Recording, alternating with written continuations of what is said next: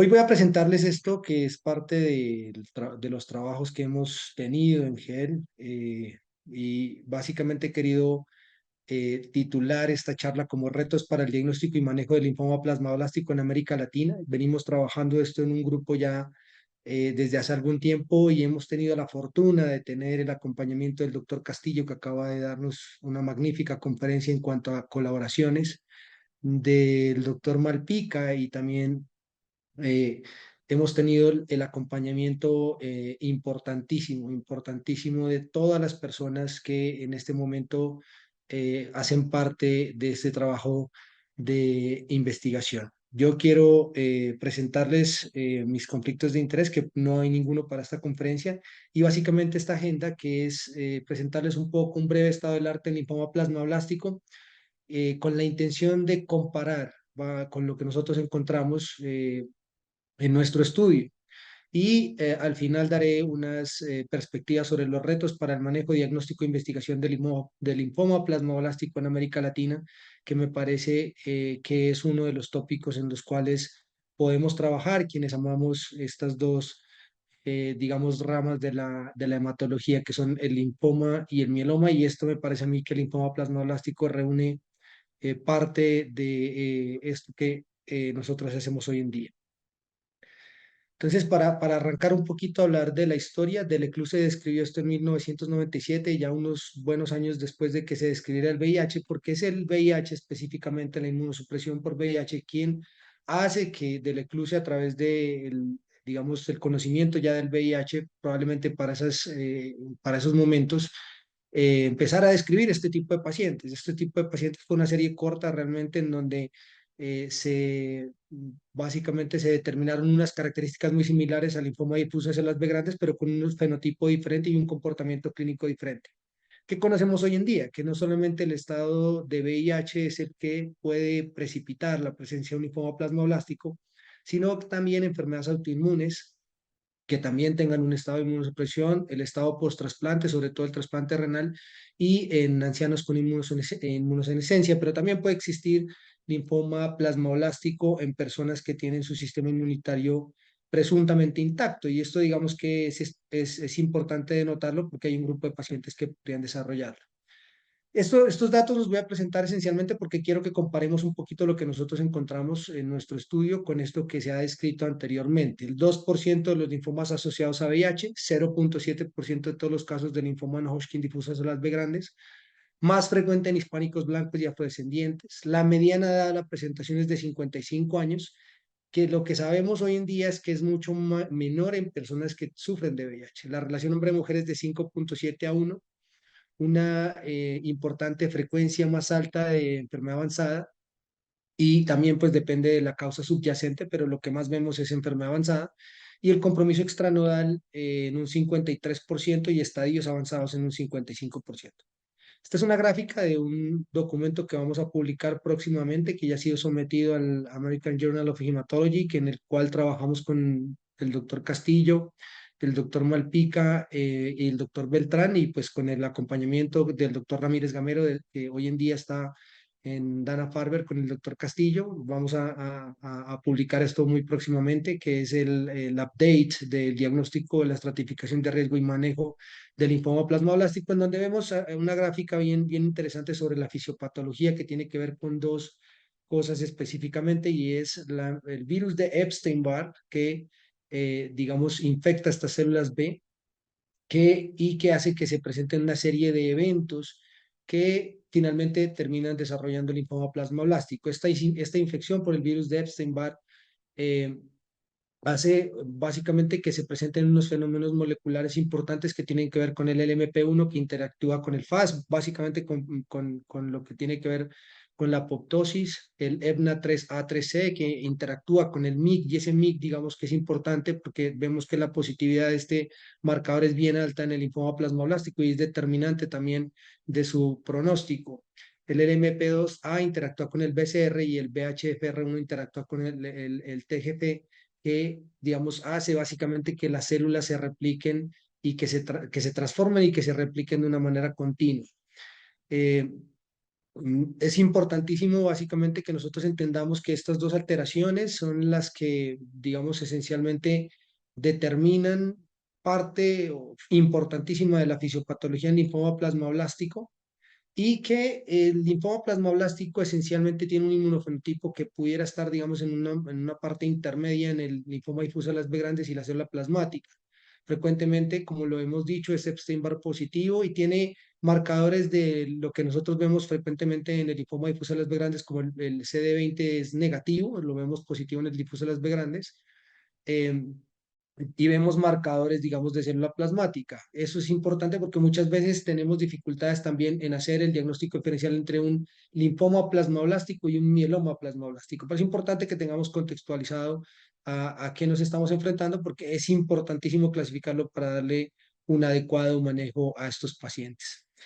¿Qué es importante en términos de supervivencia en el linfoma plasmablástico? Aquí vemos una curva de supervivencia que representa, digamos, de este estudio del doctor Floríndez, cómo se comporta en el tiempo, digamos, y cómo logra este linfoma tener una supervivencia de un año, a un año de 71%, a 2 años de 58%, a 3 años de 54% y a 5 años del 52%, digamos, alcanzando una meseta como en la mitad.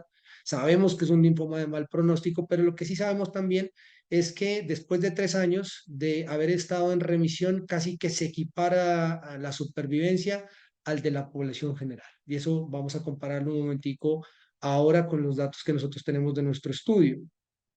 ¿Qué es importante tener en cuenta en términos de pronóstico? ¿Dónde se presenta la mayor, digamos, incidencia acumulativa de recaída? En los pacientes que tienen síntomas B, en los pacientes que tienen un estadio un poco más avanzado, los pacientes de cavidad oral tienen un pronóstico mejor, una incidencia acumulativa de recaída menor, y el estado extranodal parece ser, digamos, básicamente, bueno, el estado nodal parece ser un determinante también de las recurrencias o de la incidencia acumulativa de recaída.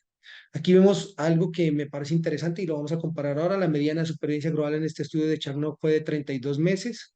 Vemos una curva muy similar a la de estudio anterior, en donde vemos que aquí es algo que es muy importante porque quiero que lo comparemos con los datos que nosotros vamos a presentar ahora. Los pacientes HIV podrían tener un porcentaje de supervivencia mejor que los pacientes trasplantados en los pacientes inmunocompetentes. Entonces, digamos que aquí vamos a empezar a ver una serie de diferencias que probablemente vamos a mostrar ya en el paper, digamos, definitivo. El estado HIV no parece afectar la supervivencia y esto es muy importante tenerlo en cuenta. No hay diferencias estadísticamente significativas en este estudio del doctor Floríndez, en el que pues digamos, se determina si el estado HIV podría de alguna manera determinar la supervivencia en estas curvas de Kaplan-Meier o si tienen una incidencia acumulativa de recaída mayor. Y lo que vemos es que no hay diferencias, pues digamos, estadísticamente significativas. Algo que es importante es el tema de cómo vamos a abordar nosotros el tratamiento de estos pacientes. El tratamiento es bastante heterogéneo realmente porque como vemos puede haber unas lesiones muy localizadas, vemos que compromete frecuentemente la cavidad oral. Entonces el tratamiento depende de la ubicación, de la extensión del tumor, del objetivo del tratamiento, cada vez del tratamiento paliativo local, como la radioterapia o las combinaciones de quimio y inmunoterapia. Y hoy en día hay un poco de debate sobre estos agentes que adicionamos al tratamiento del linfoma plasmablástico que probablemente un grupo de personas está a favor de utilizarlos y otro grupo de personas probablemente en contra, digamos, por la evidencia que hoy en día tenemos. Ya les voy a mostrar un poquito de estos datos.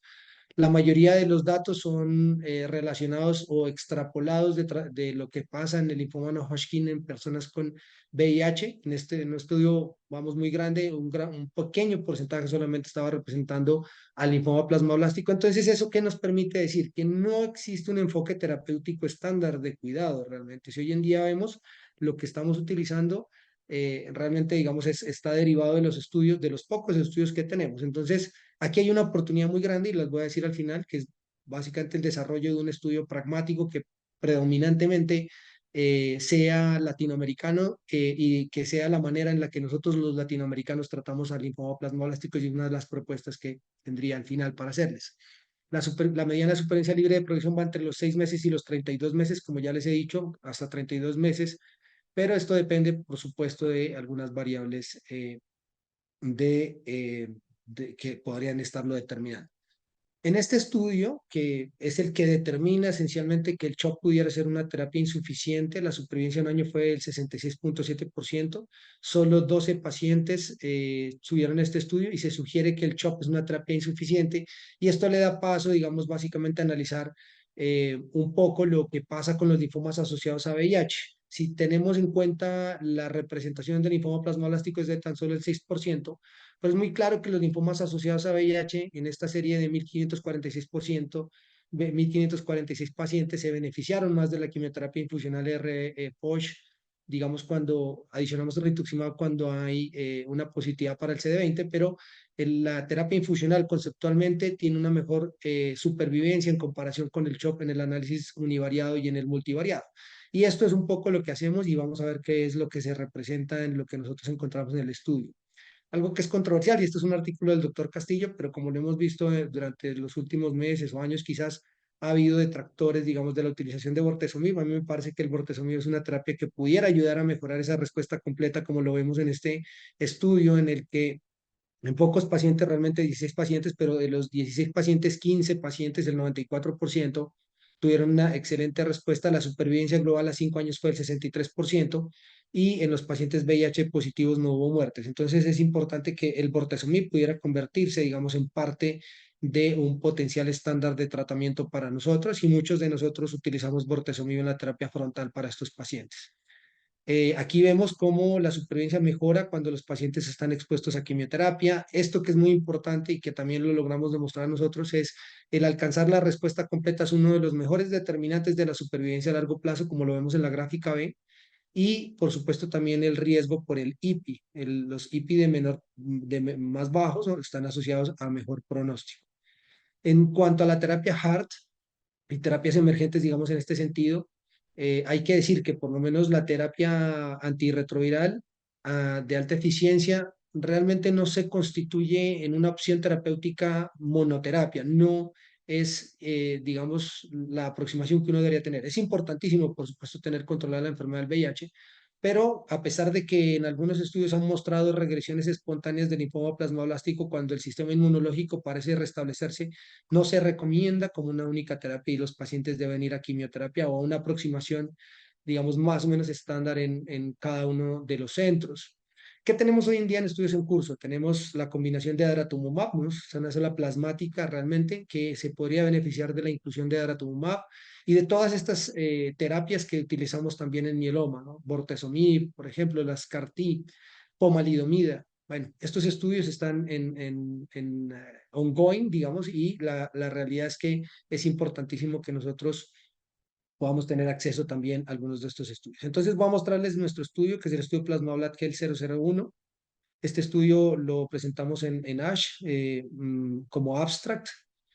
Hoy en día hemos tenido la fortuna de poder tener con más detalle los datos gracias al apoyo superlativo del doctor Castillo y del doctor Malpica, eh, que nos han ayudado enormemente a cristalizar, digamos, mejor la información y en la que, digamos, muy probablemente va a ser producto de una publicación que se hará a la par con el update, digamos, de manera importante. Entonces aquí lo que quiero mostrarles es que nosotros encontramos, como pasa en la literatura, más pacientes VIH positivos que negativos. La mediana, como lo vimos también, se reproduce exactamente igual. La mediana de edad al diagnóstico es de 54 años en los pacientes HIV negativos y de 38 años en los pacientes HIV positivos. Aquí vemos cómo se distribuye hombres y mujeres. Vemos claramente la distribución como la habíamos planteado anteriormente en los datos que hemos mostrado. El estadio avanzado, un 84%, tal cual ya lo habíamos descrito en la literatura, ya lo habíamos visto en el estado del arte. El estado extranodal o el comportamiento extranodal, 89%. Y aquí vemos de manera importante cómo ese comportamiento digamos, de infiltración extranodal tiene que ver con la infiltración en la cavidad oral o el compromiso de la cavidad oral, para decirlo de una mejor manera, el compromiso de la médula ósea y el compromiso del tracto gastrointestinal. Los otros compromisos, digamos, tienen una frecuencia un poco menor, pero es importante que entre estos tres, digamos, sistemas o estas tres partes, se constituye un alto porcentaje de compromiso del linfoma plasmablástico. Aquí tenemos que algunos centros nos reportaron linfoma plasmablástico con la positividad del CD20. Estos son datos de la vida real, hay que tenerlos en cuenta, los tenemos que publicar.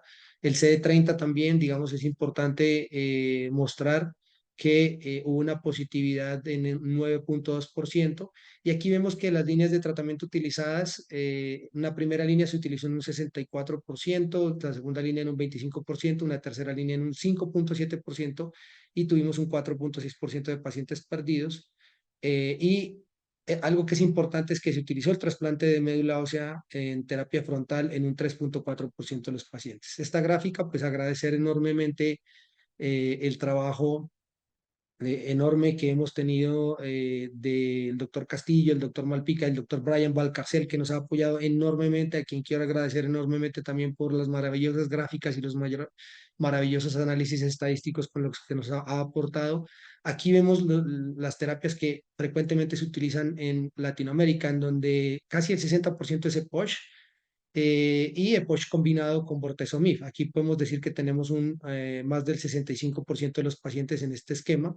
El EPOCH con otros agentes, básicamente, digamos, esencialmente cuando se utilizan otro tipo de moléculas dependiendo de la positividad o no del CD20, pero es lo que mayormente se utilizamos, digamos, la terapia infusional. Y en las terapias de segunda línea, lo que vemos frecuentemente es que se utilizan terapias basadas en platinos, terapias como el DHAP o el ICE, el codo-CMIVAC en un 7% y otras terapias, digamos, un poco de menor frecuencia, que son más que todo quimioterapias metronómicas, quimioterapias más paliativas, de alguna manera se utilizan también con alta frecuencia y eso lo vamos a mostrar también en nuestra publicación. Aquí estamos mostrando cómo se alcanzan las respuestas dependiendo de la primera y la segunda línea. Es mucho más frecuente y mucho más posible alcanzar respuesta completa en la primera línea de tratamiento, 51%, con enfermedad en respuesta parcial 11%, con enfermedad estable en un 5% y la enfermedad progresiva en un 33%. Y vemos en la segunda línea que, digamos, la data de enfermedad progresiva es muchísimo más alta. Es decir, aquí es donde viene el concepto un poco de que tenemos una única oportunidad, quizás en estos pacientes, de poderlos meter en respuesta completa y de poderles mejorar su supervivencia. Si bien es cierto que en un 30% podemos alcanzar respuesta completa en la segunda línea. Aquí vemos que después de una mediana de seguimiento de 42 meses, la mediana, digamos, de supervivencia fue entre 4 meses y hasta no alcanzada. Aquí vemos que no se ha alcanzado la mediana supervivencia en términos de supervivencia global en los 76 pacientes que tuvimos la oportunidad de hacer el análisis. ¿Sí? Este es el intervalo.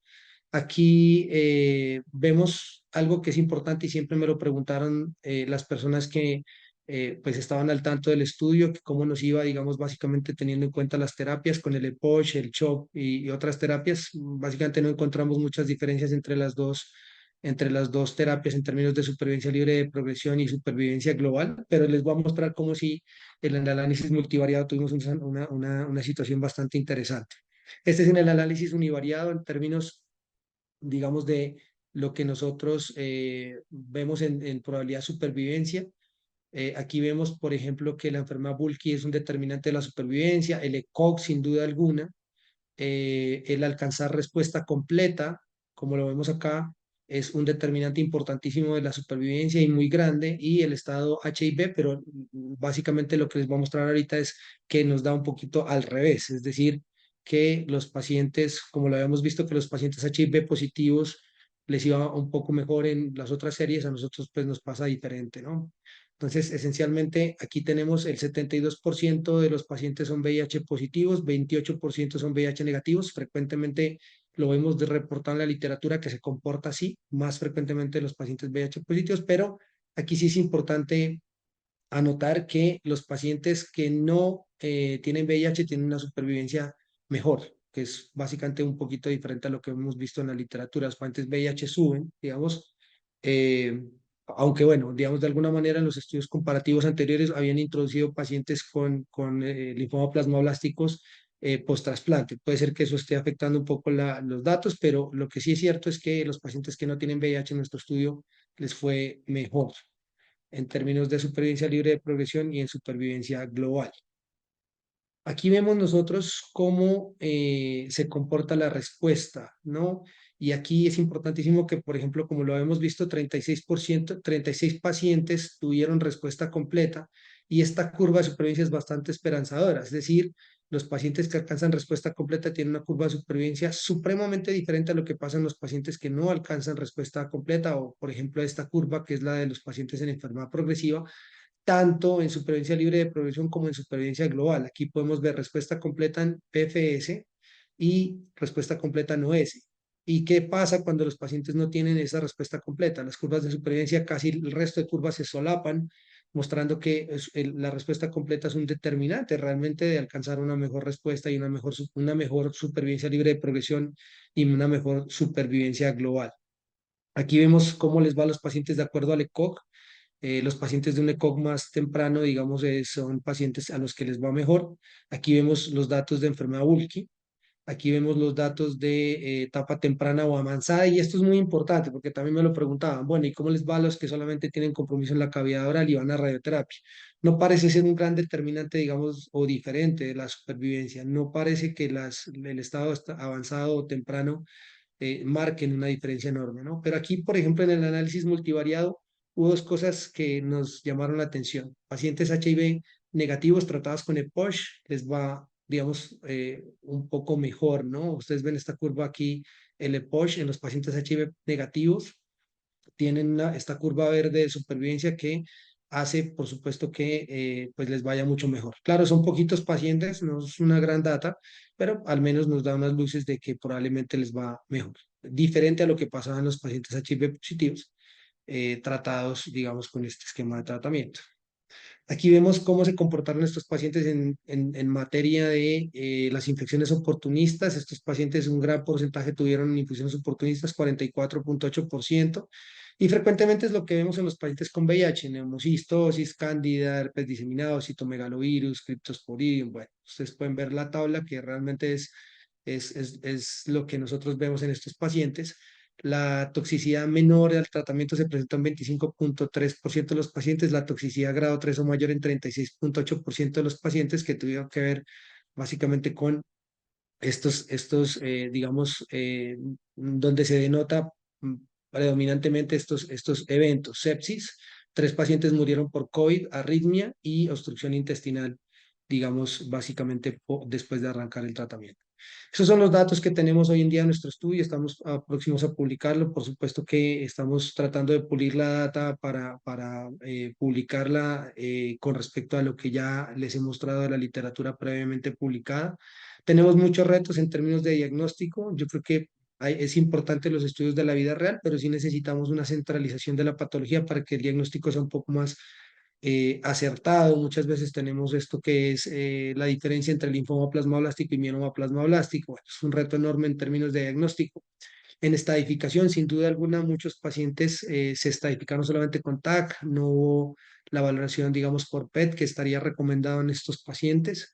Pero bueno, es importante que tengamos que trabajar en esto. Yo creo que esto lo podríamos hacer a través de un ensayo prospectivo pragmático que a mi modo de ver tiene una connotación de urgencia porque es, como vemos, no es una gran data por centro, o bueno, hay unos centros que nos reportaron muchísimo más que otros, pero yo creo que es importante homogeneizar el tratamiento, homogeneizar la forma en la que lo diagnosticamos, homogeneizar la forma en la que nosotros tratamos a estos pacientes y dejar un protocolo, digamos, establecido, único para Latinoamérica, de suerte que se permita que este tratamiento pueda aportar a la literatura internacional, por supuesto con el acompañamiento del doctor Castillo, del doctor Malpica y del doctor Brian Balcarcer. El ingreso de los pacientes a ensayos clínicos en primera y segundas líneas de tratamiento con los nuevos medicamentos. Ya vimos que tenemos la posibilidad de darles a estos pacientes inhibidores del proteasoma de primera y segunda generación. Tenemos la oportunidad en ensayos clínicos de acceder a daratumumab. Yo creo que también es importante no solamente hacer nuestro ensayo pragmático con un tratamiento único que pudiera homogeneizar la práctica, sino también poder acceder en los estudios clínicos a unas terapias adicionales. Y dentro de esto, pues por supuesto lo que pongo acá, el uso de nuevos agentes dentro de los ensayos clínicos es importante para mejorarle el pronóstico a estos pacientes. Agradecimientos enormes a todo el equipo. Esta es la foto de GEL, de varios de nosotros. Aquí faltan muchas personas, pero Quiero darles un agradecimiento a todo el grupo investigador del linfoma plasmablástico. Creo que no ha sido el final, digamos, lo que ya hicimos para ASH y no es el final lo que estamos haciendo en este momento para nuestra nueva publicación.